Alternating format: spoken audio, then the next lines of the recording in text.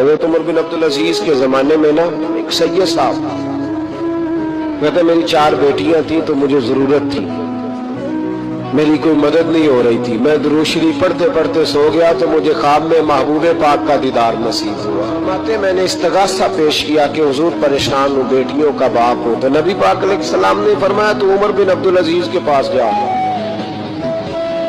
عمر بن عبد العزیز وہ باکمال شخص ہے جو روزانہ 10 سپارے قرآن پاک کے پڑھتا ہے، 10,000 بار مجھ پر درود و سلام پڑھتا ہے۔ تو نبی پاک علیہ السلام نے کیا خوبصورت بات ارشاد فرمائی۔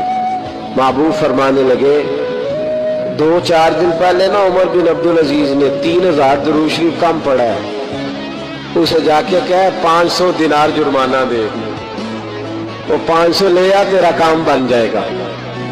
جناب عمر بن عبد العزیز کے پاس وہ سید صاحب آئے، کہتے میں سمجھا کسی درویش کا نام بتایا ہے، میں سمجھا کسی خانقاہ کے سجادے کی بات ہے، کسی مسجد کے خطیب کی، کسی ادارے کے محتمم کی بات، لیکن جب میں ان کے علاقے میں آیا میں نے پوچھا عمر بن عبد العزیز کون ہے، تو لوگوں نے کہا وہ تو ہمارے حکمران ہیں۔ میں نے کہا بادشاہ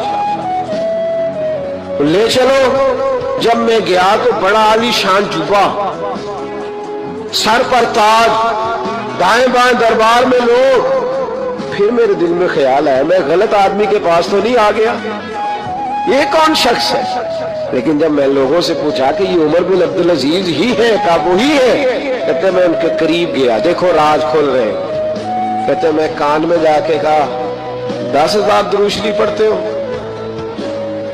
کہتے انہیں شاک لگا، جھٹکا، یوں دیکھا تجھے کس نے بتایا؟ میں نے کہا کوئی ہفتہ سوا پہلے 3,000 کم بھی پڑا ہے۔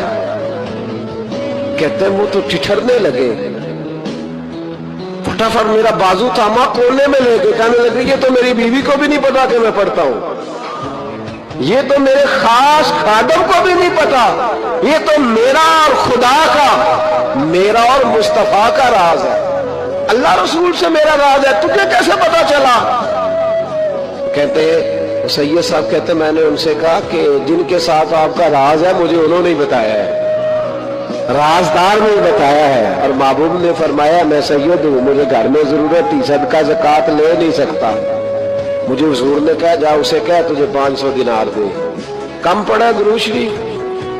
کہتے حضرت عمر بن عبد العزیز ایک ستون کے پاس چلے گئے اور ستون پر انہوں نے بازو رکھے، چہرہ رگڑ کے چیخے مار کے روئے، رونے لگے، اتنا روئے کہ ان کی تڑپ سے میں بھی رونے لگا۔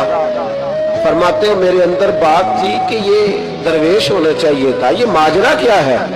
فرماتے جناب عمر بن عبد العزیز جب کچھ ٹھنڈ ہوئے نا طبیعت ان کی، تو بازو سے پکڑ کے مجھے ایک حجرے میں لے گئے، اس کمرے کی طرف سارا محل سارا دربار گزر گیا، اینڈ پہ ایک حجرا آیا، باہر بڑا خوبصورت اس کے اچھا دروازہ بنا ہوا قیمتی، لیکن فرماتے ہیں جب کھول کے اندر گئے تو اندر کچا مکان، ایک مٹکا، 2 پیالے مٹی کے، کچھ بڑے بڑے سامان پڑے ہوئے، رسیاں پڑی ہوئی ہیں، سینے کا سامان ہے، کھجور کی چھال پڑی ہے، کچھ ٹوپیاں پڑی ہیں۔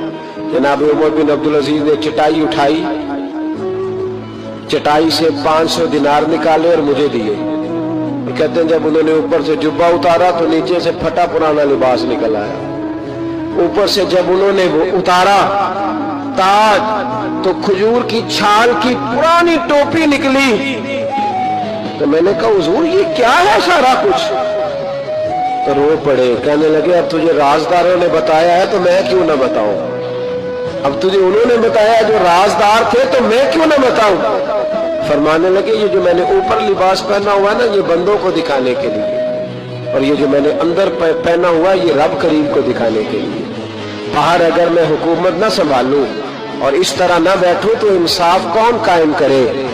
فرمانے لگے اللہ کی قسم 10 روپے بھی کبھی مال خزانہ سے نہیں لیے، میں رات جب فارغ ہوتا ہوں تو میں اور میری بیوی یہاں آ کے بیٹھتے ہیں، وہ بچوں کے پاس بیٹھ کے ٹوپیاں سیتی ہے تو میں یہاں بیٹھ کے ٹوپیاں سیتا ہوں، ٹوپیاں سیتا رہتا ہوں، مصطفیٰ پہ درود و سلام پڑھتا رہتا ہوں، چٹائیاں بناتا رہتا ہوں، بھیجتا رہتا ہوں۔ اور فرمانے لگے تھوڑے تھوڑے کر کے نا میں نے پیسے رکھے تھے،